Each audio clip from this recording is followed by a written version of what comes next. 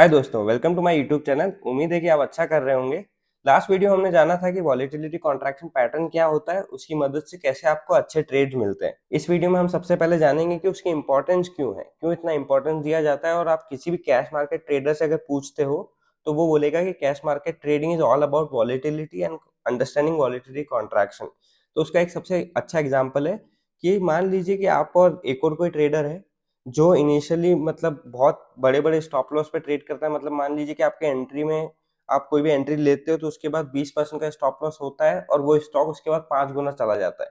तो आपने कितना पैसा बनाया? बेसिकली 1:5 टाइम्स द रिस्क, क्योंकि 20% आपकी रिस्क थी और 5 टाइम्स आपको रिवॉर्ड मिला, वो डबल हो गया तो।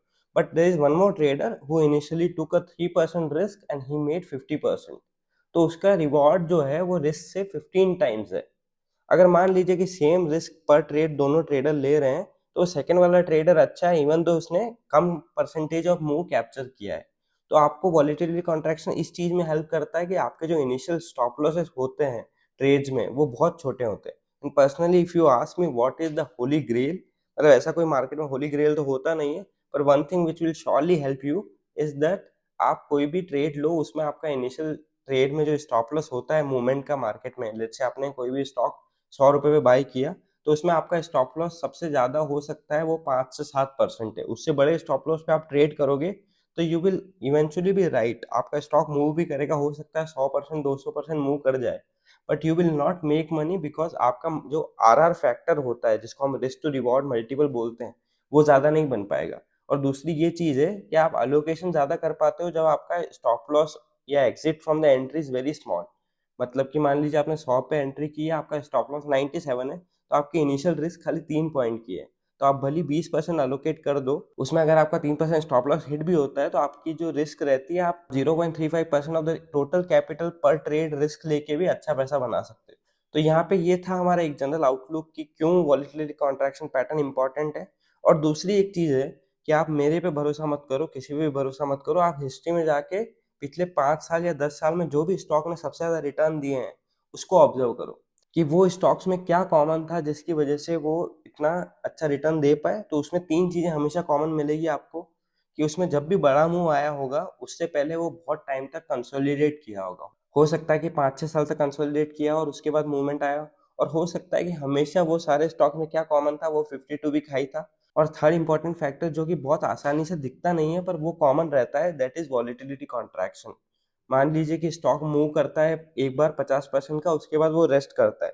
Initially when momentum traders are excited, वो जब वो रेस्ट करता है क्योंकि वो पीरियड ऐसा है जब आपको लो रिस्क और हाई रिवॉर्ड वाला एंट्री मिलेगा। You generally lose in momentum trading not because कि आपने ब्रेकआउट पे बाय किया और वो ब्रेकआउट बहुत बड़ा था, यू जनरली लूज बिकॉज आपकी एक्यूरेसी भी उससे कम होगी क्योंकि आप जो है वो एक्सटेंडेड मूव को चेस कर रहे हो। एक्सटेंडेड मूव को चेस करना मतलब कि ब्रेकआउट जो आया था बेस से वो था 5% 6% का और स्टॉक उसके बाद 20% चला गया। अब आप उसके बाद बाय करोगे तो आपका इनिशियल जो रिस्क है वो ब्रेकआउट से 20% का है, तो आप बहुत लेट हो उसमें। और वही चीज बहुत लोग कॉमनली मिस्टेक करते हैं, जितना क्लोजर आप बेस से, मतलब जो भी कंसोलिडेशन बेस स्टॉक में बना है उससे जितना क्लोजर आप बाय करोगे उतने ज्यादा आपके चांसेस रहते हैं कि आपका स्टॉप लॉस हिट भी हुआ तो रिस्क कम रहेगी। सेकेंडली आपकी प्रोबेबिलिटी उतनी बढ़ जाती है। तो अब हमने जो भी डिस्कशन किया है वॉलेटिलिटी कॉन्ट्रैक्शन पैटर्न पे, उसके हम प्रैक्टिकल एग्जांपल्स देखेंगे और 5 ऐसे ट्रेड्स देखेंगे या 5 ऐसे स्टॉक देखेंगे जहाँ पे वॉलेटिलिटी कॉन्ट्रैक्शन पैटर्न बहुत उभर के आया है और उसने बहुत अच्छे रिटर्न्स दिए हैं। हाय दोस्तों, welcome to the screen recording. जैसा कि आप देख सकते हैं कि हर बार मैं बोलता हूँ कि मैं वही स्टॉक बाय करता हूँ जो 52 वीक हाई या ऑल टाइम हाई पे ट्रेड करते हैं। और उनमें एक प्रायर चीज होना चाहिए कि उनका जो चार्ट है, अगर आप डेली टाइम फ्रेम पे भी देखो या वीकली टाइम फ्रेम पे भी देखो, तो वो left side of the screen से right side of the screen जाना चाहिए। सिंपल कॉन्सेप्ट है ये जज करने का कि क्या ट्रेंड अपवर्ड है या डाउनवर्ड है। तो वॉलेटिलिटी कॉन्ट्रैक्शन पैटर्न जो हमने लास्ट टाइम डिस्कस किया था, लास्ट वीडियो में, उसमें हमने डिस्कस किया था कि जो एक रेंज में स्टॉक मूव करता है वो रेंज धीरे धीरे छोटी होती जाती है। तो आप यहाँ पे देख सकते हैं कि आनंद राठी वेल्थ लिमिटेड जो स्टॉक है, वहाँ पे आप देख सकते हैं कि ये वीकली टाइम फ्रेम पे जब भी स्टॉक ऑल टाइम हाई को अप्रोच कर रहा था, यहाँ पे 850 या 860 लेवल पे, तो इसने ये लेवल को 2 बार 3 बार टेस्ट किया और जैसे ही यहाँ पे आया तो मेरा इंटरेस्ट ये स्टॉक में यहाँ पे बनना चाहिए। क्योंकि आप देख सकते हो ये जो 5-7 वीक का जो मूवमेंट है, यहाँ पे स्टॉक खाली 840 से लेकर 890, मतलब 50 पॉइंट की रेंज में स्टॉक कम से कम 10 वीक तक रहा। और आप देख सकते हो कि जितना छोटा टाइटनेस रहता है, मतलब कि जितनी छोटी रेंज में स्टॉक कंसोलिडेट करता है या टाइट रहता है, उसके बाद जब वो ब्रेकआउट देता है, आप देख सकते हो कि यहाँ पे ये जो 900 का ब्रेकआउट आया, उसके बाद वन वे, जैसा कि इंग्लिश में बोला जाता है कि winning horses never come back to the gates. तो ये देख सकते हो कि 900 से स्टॉक वन वे गया 1300 तक, और फिर यहाँ पे भी ऐसा नहीं है कि बहुत वीक मतलब डाउन ट्रेंड देखने को मिला। ये जो कैंडल था हमको 10% का, इसके अंदर ही कंसोलिडेट किया, और जैसे ही ये कैंडल का हाई भी तोड़ा स्टॉक ने, तो आप देख सकते हो उसके बाद 1300 रुपए से स्टॉक आज 1800 रुपए पे ट्रेड कर रहा है। तो it is one of the luckiest trade if you get it. But ये वही है कि आपको कंटिन्यूसली वीसीपी को फॉलो करना पड़ेगा, एक ही सेटअप को जज करके उसी में एंट्री लेनी पड़ेगी। उससे आपको हो सकता है कि once in a while you will get lucky and you will end up making money on bets where आपकी 3% की रिस्क पे आपको 100% रिटर्न मिल जाए, जो कि 30 आवर ट्रेड है। तो ये था एक एग्जांपल वीसीपी का। उसका एक हाईलाइट मैं दिखाऊं तो आप देख सकते हैं यहाँ पे स्टॉक पहले कंसोलिडेट कर रहा था 850 से लेकर 700 तक, मतलब 150 पॉइंट्स या 100 पॉइंट्स की रेंज में। जैसे जैसे आप यहाँ पर इसको क्लोजली देखोगे तो पहले रेंज बड़ी थी, फिर उसके बाद रेंज छोटी हुई, फिर और छोटी हुई। तो यहाँ पे आप देख सकते हो ये मतलब 3% की रेंज में स्टॉक 10 दिन से कंसोलिडेट किया, और जैसे ही ये ब्रेकआउट आया, तो यहाँ पे ये वाला ब्रेकआउट का लो भी टेस्ट नहीं हुआ, मतलब यहाँ पे स्टॉक ने मूवमेंट नहीं दिया पर कंसोलिडेट किया, और उसके बाद वो स्टॉक ऊपर भाग गया। तो सेम चीज आप देख सकते हो टीडी पावर में भी, जहाँ पे कि आपको टाइटनेस देखने को मिला था, और प्रायर टू द टाइटनेस एक चीज क्लियर थी कि स्टॉक अपने 52 वीक हाई पे ट्रेड कर रहा था, मतलब प्रायर ट्रेंड अप था। तो प्रायर ट्रेंड अप नहीं होता है, तो उसके बाद अगर जैसे मान लीजिए डाउन ट्रेंड में ऐसा फॉर्मेशन आ रहा है, तो I am generally not very excited, और अगर अप ट्रेंड में ऐसा हो रहा है तो I am very excited. And the same thing happened here. Around 161 पे मुझे एंट्री मिला था ये स्टॉक में, और मेरा जो स्टॉप लॉस था ऑन दिस ट्रेड वो जस्ट 2% ऑफ द स्टॉक।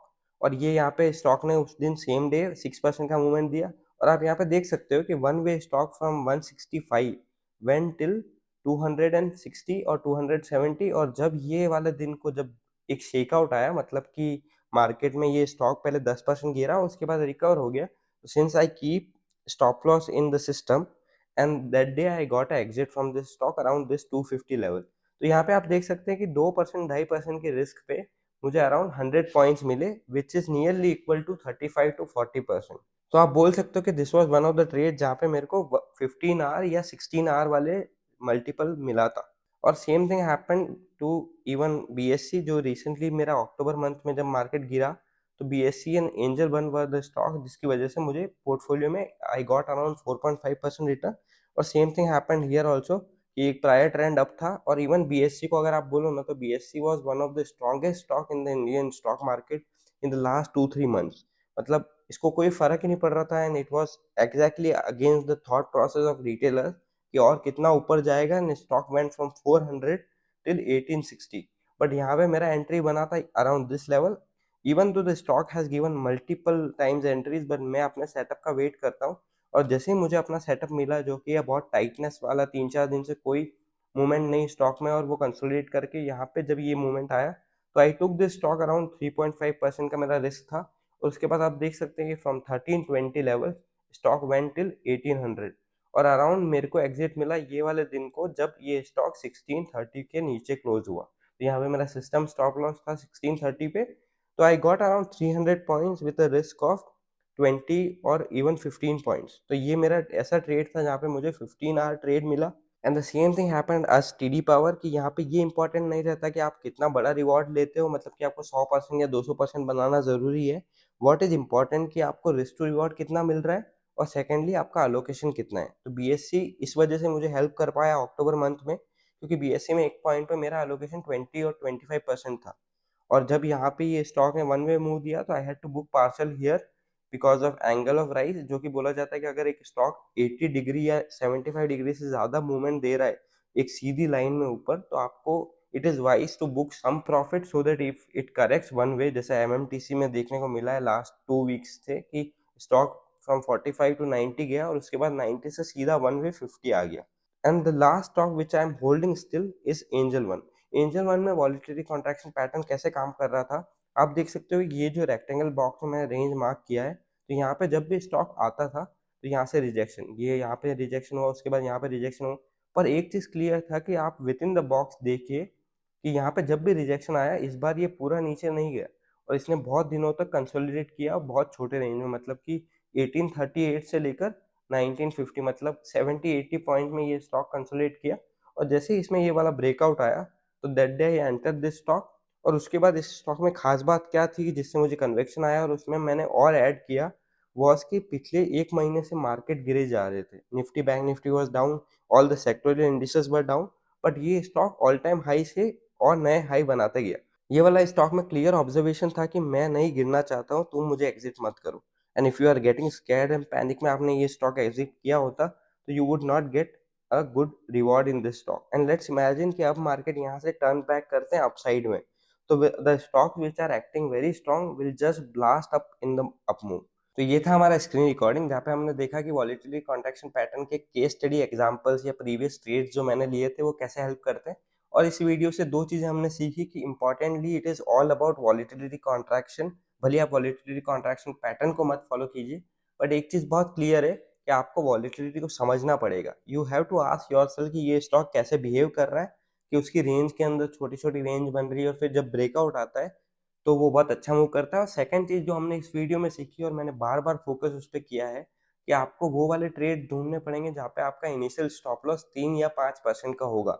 आपका बड़ा पैसा तभी बनेगा जब आपके initial stop loss with in 5% हो और उसमें आप अलोकेशन अच्छा कर पाओ, ना कि आप 20-25% के स्टॉप लॉस पे 100% या 200% रिटर्न बनाओ, वो सेम रहेगा। तो यहाँ पे ये था हमारा आज का लेसन। तो अगर आपको ये वीडियो अच्छा लगे तो please like the video, share and subscribe to the channel, and please don't forget to click on the bell icon ताकि जब भी कोई नया वीडियो आए तो सबसे पहले आपको नोटिफिकेशन आए और आप उसको देख सकें। Thank you.